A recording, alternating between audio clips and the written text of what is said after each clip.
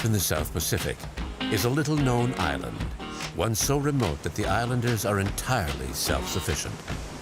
It's called Anuta, and after months of preparation, we set sail from the main cluster of the Solomon Islands towards this elusive destination.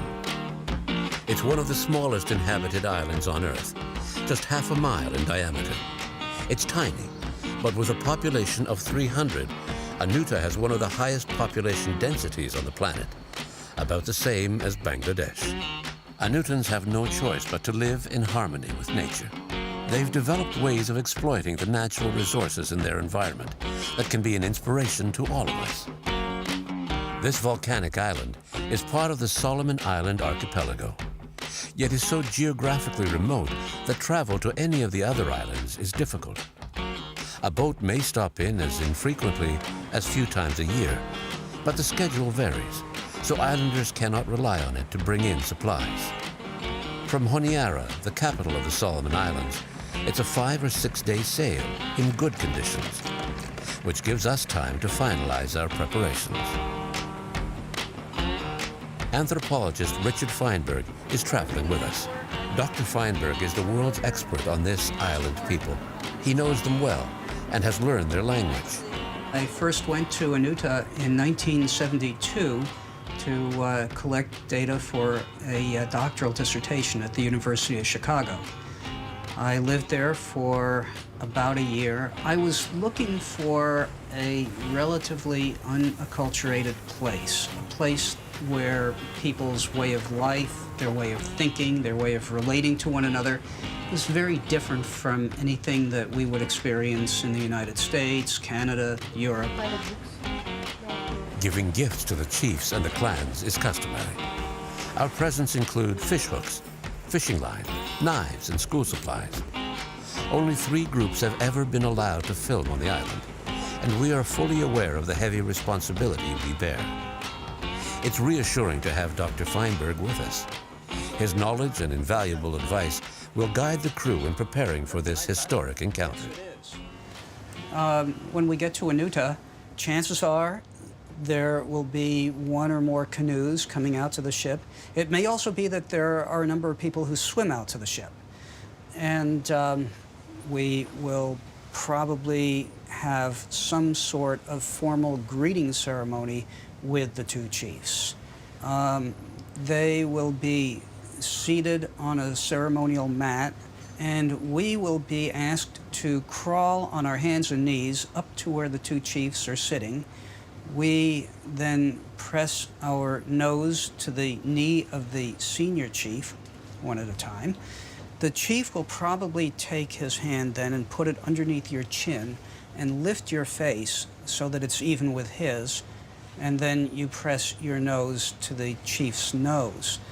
The chief will lift your head out of a sense of noblesse oblige.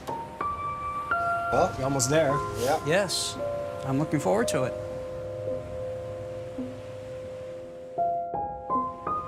On the morning of our 6th day at sea, there she was, magnificent, like a mirage floating above an endless ocean.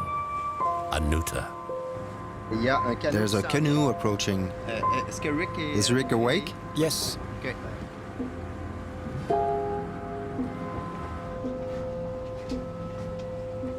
So should I go down here? Sure. When I saw the canoe come out, it just felt like a very familiar scene, something that I've seen dozens of times in different contexts. My first question was, who is in the canoe, and is it somebody I know? The last time I had seen Joseph was probably in 2000. So I didn't immediately recognize him, but I thought he might be the one coming out because his job, in part, is to greet people who come to the island. Hey, welcome on board. Welcome. In the movie? Yeah.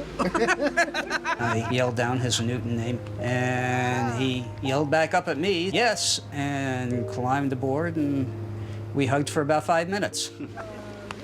Ah.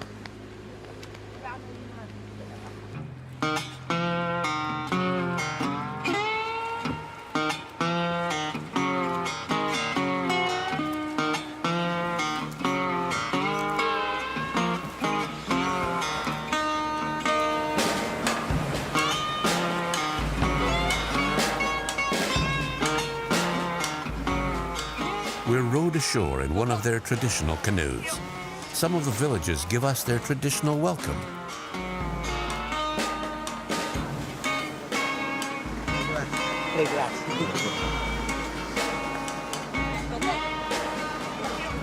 The people who are not part of the Western world, who are living in the present time, are not living fossils. They're not representatives of what people were like centuries ago, and we're not stepping back in time. They're very much part of today's world, but they're a different part from what most people with access to televisions have the opportunity to observe. They have children who go to school. They do recognize the value of money. They do recognize the value of modern medicine. They're concerned with travel and adventure and many of the same kinds of things that people in our part of the world are concerned about.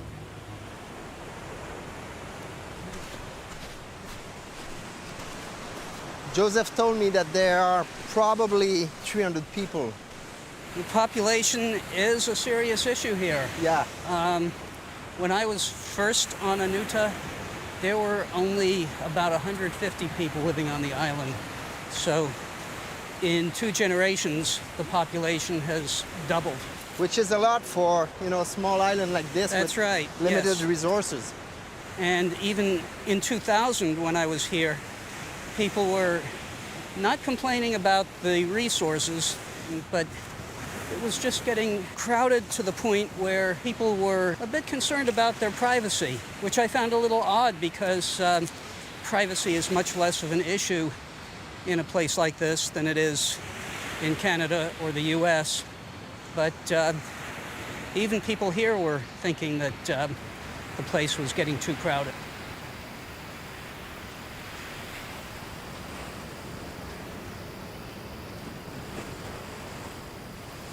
I am delighted to be here. I have only been here once in the past decade. It's a bit of a shock to come here and realize that I don't know most of these people because the children were born after the last time I was here, and people's names change periodically. When they get married, they change their name. So it takes me a few minutes to figure out just who a person is. Who's Samoa? Hey! Father John. I knew him first as a child. I was very touched at seeing the way that he's matured into a thoughtful, responsible leader of the community. Yeah? We approached the chiefs with some trepidation. Back in 1972, when Dr. Feinberg first visited the island, the senior chief took him under his wing. Not only did he teach him all about the island's unique culture, but he also made him his brother.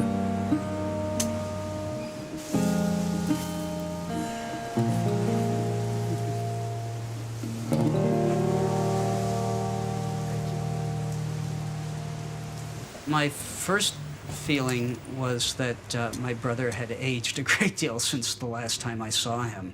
But he's just as sharp and thoughtful, just as much of a forceful presence as ever. I think that the bond between the two of us on a purely personal level has just continued to grow.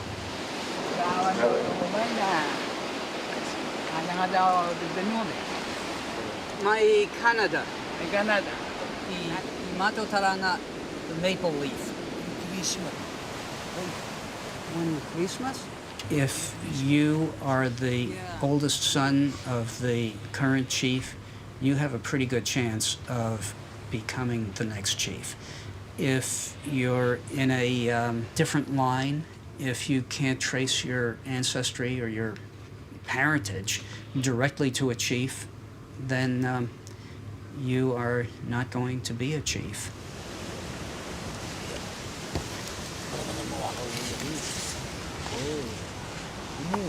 In terms of the social structure, there is really a surprising amount that has remained almost completely intact. They have a lot of social support.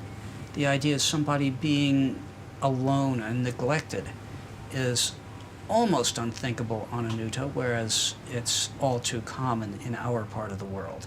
So in that sense, perhaps yes, Anutans may be happier than we are.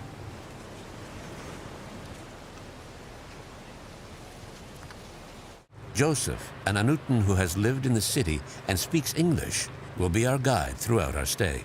Members of the crew will be able to get to know the island and the warmth of the islanders. Okay, we're going to the welcome banquet. The whole crew is invited onto the island. There will be traditional singing, there'll be ceremonial speeches, and then a banquet they've prepared for us.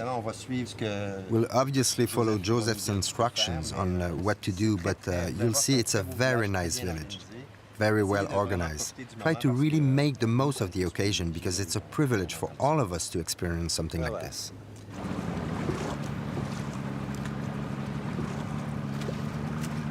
Anutans share a common value based on cooperation, sharing, and compassion for others. This philosophy, called Aropa, is a basic principle for Anutans. Here, traditions still play an important role, and they are handed down from generation to generation.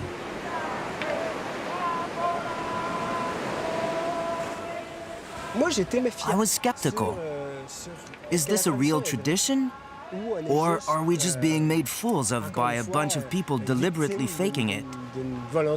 It quickly became apparent that that wasn't the case.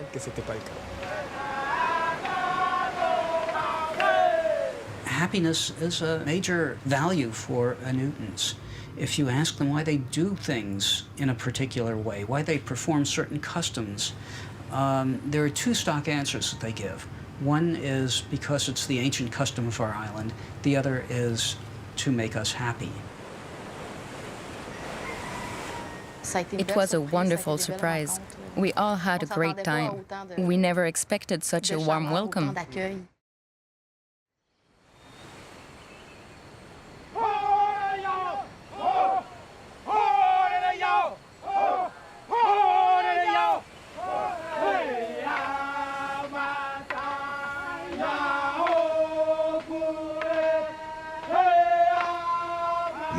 I loved it. Anuta was terrific. They really made us feel welcome, and they were really considerate, really nice. I don't think there's anything phony about it at all. I think it's a good example to follow.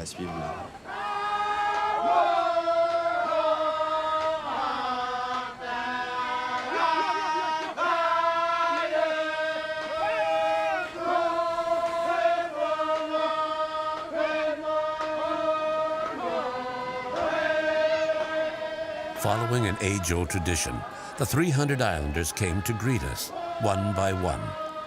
This close contact greeting, called Pikita, is a kind of nose kiss that allows you to penetrate the other person's bubble. Though unable to communicate with words, we felt a human warmth that went straight to our hearts.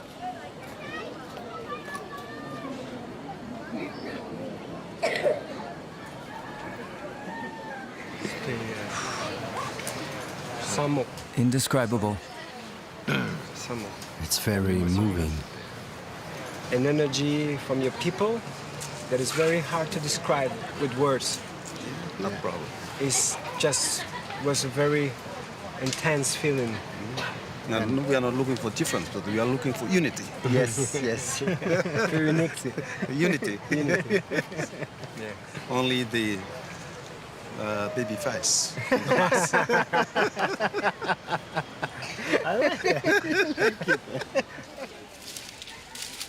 C'est très difficile de mettre des mots.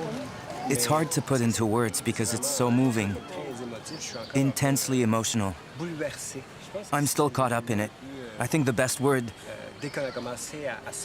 when we approached, as soon as they started to sing, there was really, it was as if all barriers fell away, and there was just this experience. And I said to myself, just let it go and take it all in. And I started to cry.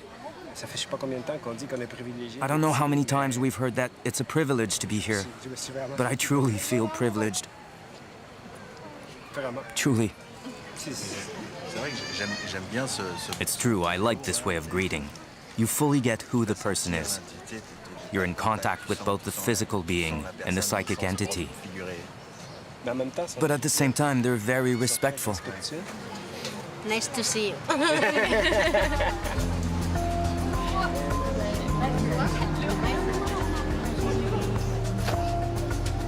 The arrival of the church occurred not too long after a pretty devastating famine. And when something like that happens, people start to question the efficacy of the old religion. The church preaches love and support. Love thy neighbor as thyself.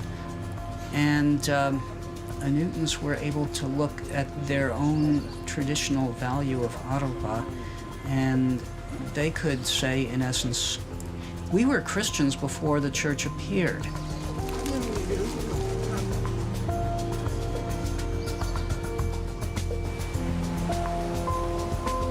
The chief invited us to his leaf house and agreed to speak of the past, about the time not so long ago when life here was very different. Koto tukutukunga ne lalei ne kovi itpenwane ke manatu. Yes, they certainly did. In the old days, when strangers came to the island, we would kill them. A good thing for us. Yes. The community here has a great relationship with nature. You know, you can find your food, your house, everything come from nature. Didn't you see any changes over time? Is there less fish, less bird? Is it much harder than before? It seems to me that there are more fish than there used to be. But on the other hand, there are fewer birds than before. Kotapawa ne kalanga I te wati ai mua rake wati ne pai te onge. Pakapea mo te wati te rotu koitu e au ki te penua nei. Kai kaumana tu poki ki rake wati ai anga one. There have been famines in the past, but things are better now. I remember one famine when people had to eat dirt to survive. But now that the church has come here, there are fewer famines. Our current God protects us better than the old one did. It's a very small island, and there's more and more people. Is he anxious about that? The population of the island is increasing, but we don't worry about it. We have to accept and love all those who wish to come here. What is the importance of nature for human? The way I look at it, the purpose of nature is to sustain life. Nature provides all our daily necessities, but it also gives us whatever we need to defend ourselves against her rages. Well, thanks him very much, and I hope that he will have a long, long life. He already has.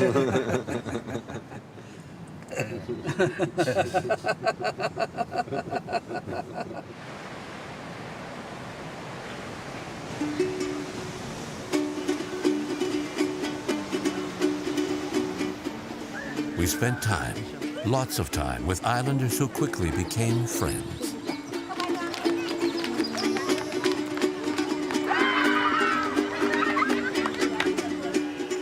They asked us to tell them who we were, what we're doing, and they did the same. In a world where barriers between individuals seem non-existent, Perhaps because of Aropa, the life principle based on respect and compassion.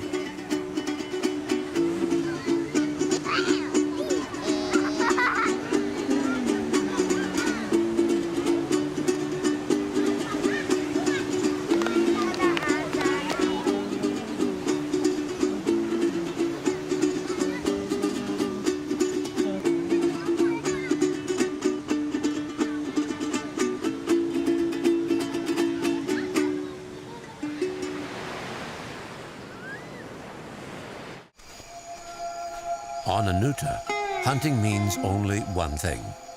Catching birds is an ancient practice which takes place at night at the top of a cliff where terns and other seabirds nest.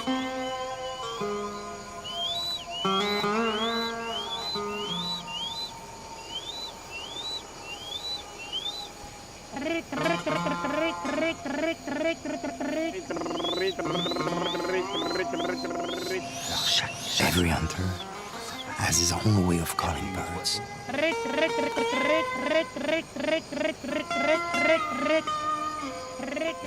The idea is to try to attract them here, so they'll fly right over our heads. They have long poles with nets at the end. They try to catch them and fly.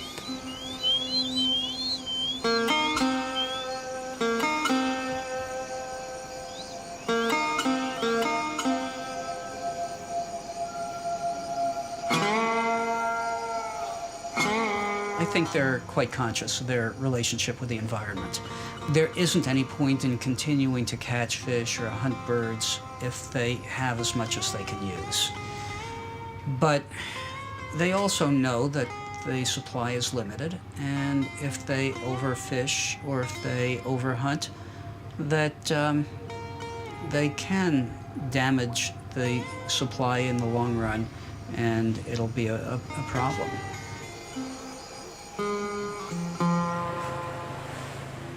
Fishing is the main activity on Anuta, and their survival depends on it. Anutans are remarkable swimmers, and their thorough knowledge of the coral reefs that encircle the island is impressive. Anuta is very remote, probably about as remote as any place you can find on Earth, and they are pretty much self-sufficient.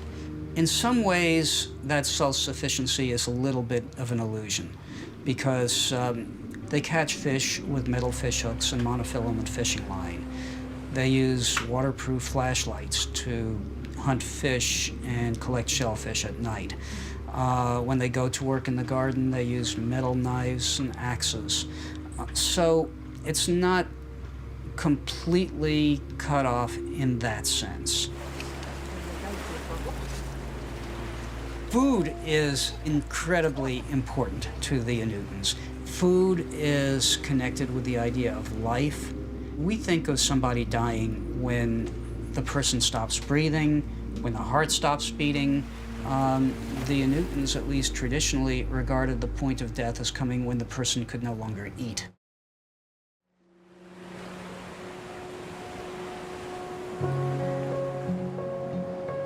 Anutans use a variety of fishing techniques, depending on fluctuations in temperature, wave strength, and tides.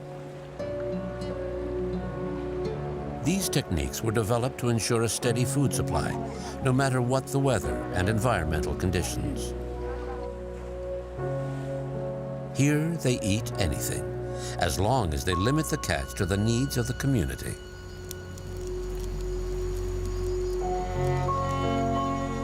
If the population grows too fast, the results could very well be disastrous.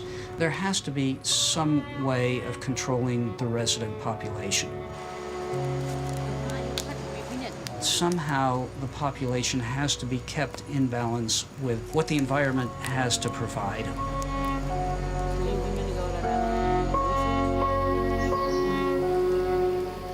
Farming is vital for Anutans. At the top of the island, each extended family has a garden that provides the food needed to feed its members. They mainly grow manioc, taro, and some fruit such as bananas and papaya. Crop rotation keeps the soil in good condition. To ward against famine and natural disaster, Anutans store a paste made of manioc or taro which ferments in the ground.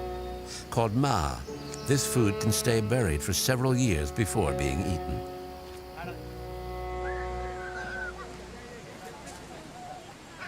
Anutans know the value of money, but they don't use it in their daily lives. However, they have set up a student association so that young people can go to school off-island.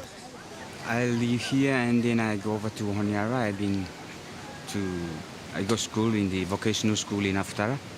It's a technical school. I pick up a course as a mechanic, and then, yeah, I finished and then I work in Honiara. It's about 9 years. I came back because I went to look after my parents, and then, yeah, because they're getting old, so I think it's a big responsibility for me because I'm their kid, so when I become a man, I have to look after them as they look after me when I was a kid.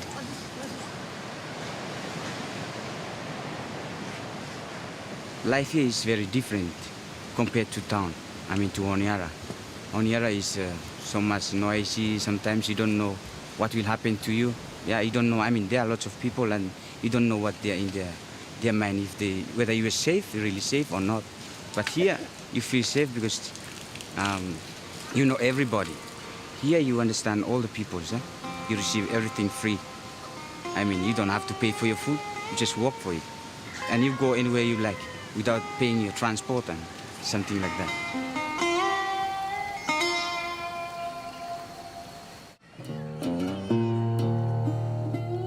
The island supply of large trees is limited. When a tree is felled to make a canoe, it becomes a full member of the extended family.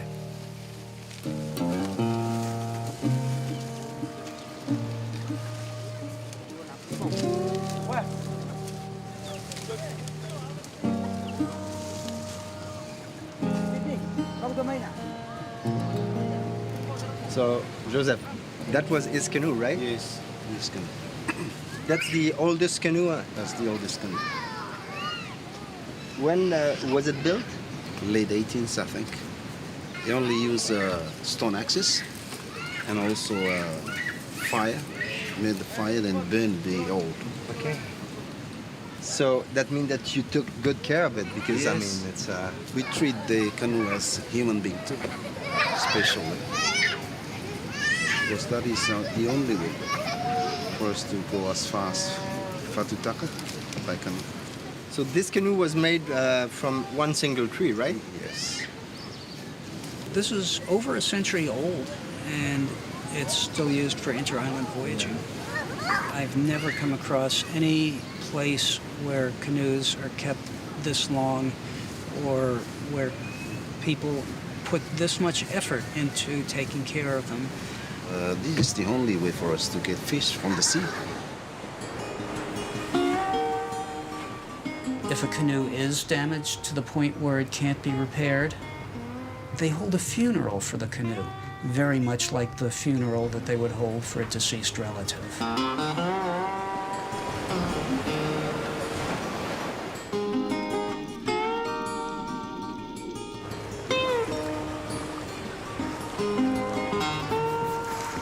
The amazing thing is that they use the island as an orientation point.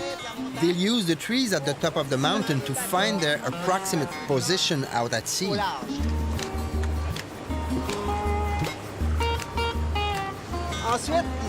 Then, one person jumps into the water to locate the reef exactly. Their fishing technique is very simple. They use fishing lines and hooks. And for bait, they mainly use pieces of octopus or squid. Simple, but so effective. We're now directly over the reef. You can see the bottom, and they really make it look easy.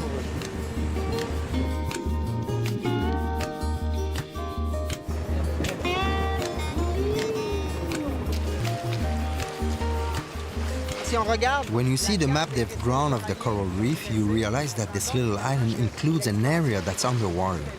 So for them, the island is not as small as it looks to us.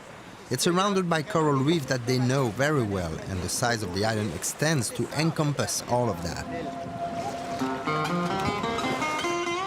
Anutans have mentally charted all the coral reefs and fishing zones in order to manage them sustainably. This vital knowledge, passed down through the generations, is at the heart of their survival.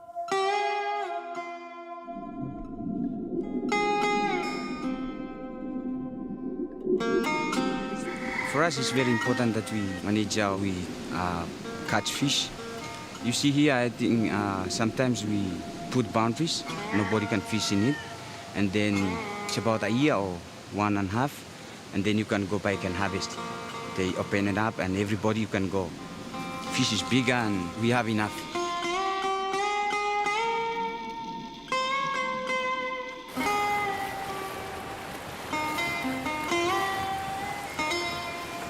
It's amazing to see how fast we can move under sail. It's impressive. Their isolation and enforced self-governance led naturally to sustainable development practices, essential to the survival of all the inhabitants of this ecosystem.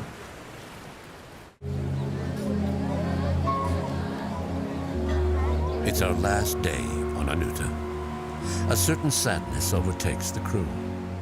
We've discovered far more than a fine example of balanced natural resource use. We will soon be taking leave of friends with whom we have shared openly, unreservedly. The Anutans insisted that the whole crew attend the farewell ceremony, a grand traditional banquet which will proclaim our status as new residents of the island.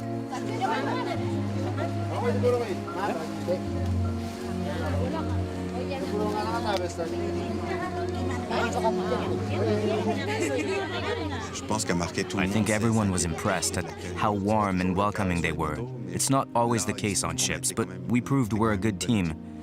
Interested, curious, we were willing to try anything they offered us. Eager, in fact. The farewell ceremony was pretty intense, I'd say powerful. Something we'll remember for the rest of our lives. We were a bit worried at first because we didn't know what to expect. But they are an incredibly welcoming people, very open, and it's clear they love their island. Dressed in traditional garb, we start the farewell ceremony by a ceremonial tour of the entire island for a detailed look at our new home, bequeathed to those who have understood and accepted the unique way of life on Anuta.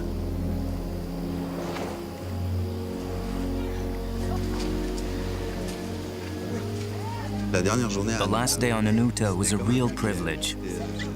We were escorted by the whole village on a ceremonial walk around the island, as if the act of leaving footprints in the sand would give us a deeper insight into what the island was all about. They wanted us to soak it all in one last time.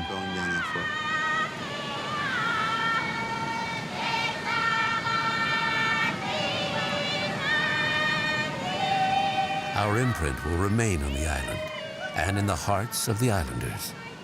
Through their generosity, openness, and their traditions, they've taught us almost forgotten principles about the relationship of humans with the natural world.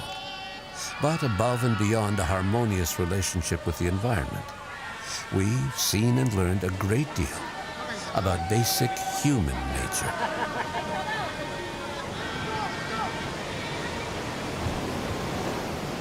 In some ways, they don't have a lot of choice. They can't snap their fingers and become people of New York or Chicago. That's not going to happen, and they know it.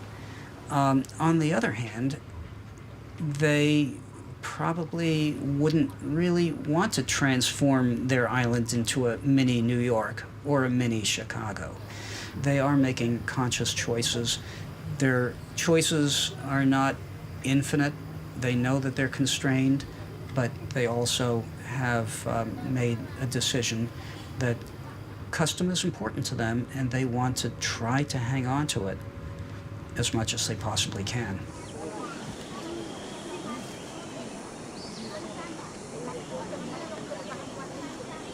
We prepared gifts for the extended families, for the children, and for the little island school. A length of fishing line, fish hooks, knives, everyday items that may seem ordinary to us, but that are far more valuable here. In keeping with tradition, we also visited each of the families and ate with them, very much in the spirit of Aropa, where everyone is welcomed and treated as an equal.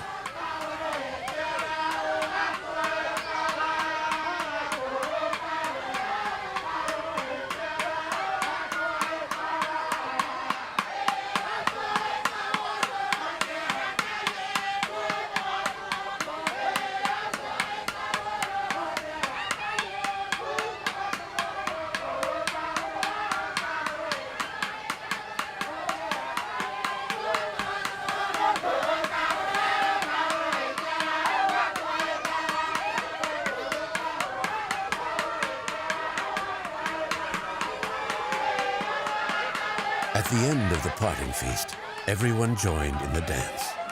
It was a sort of mass revel in which joy and laughter are part of an emotional process that leads up to the lamentation. Traditional belief holds that gathering to weep for loved ones in this way lets people release the pain and sorrow of parting.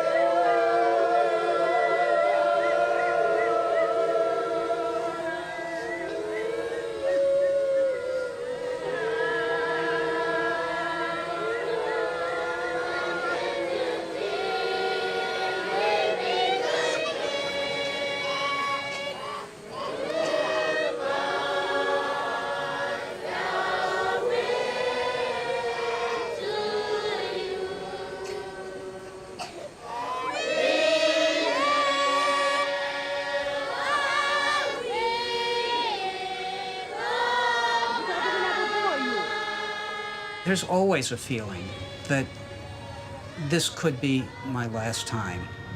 It's so hard to get to that you never know if you're going to be able to come back. And because of all of that, it's always an overwhelming emotional experience to arrive and then again to leave.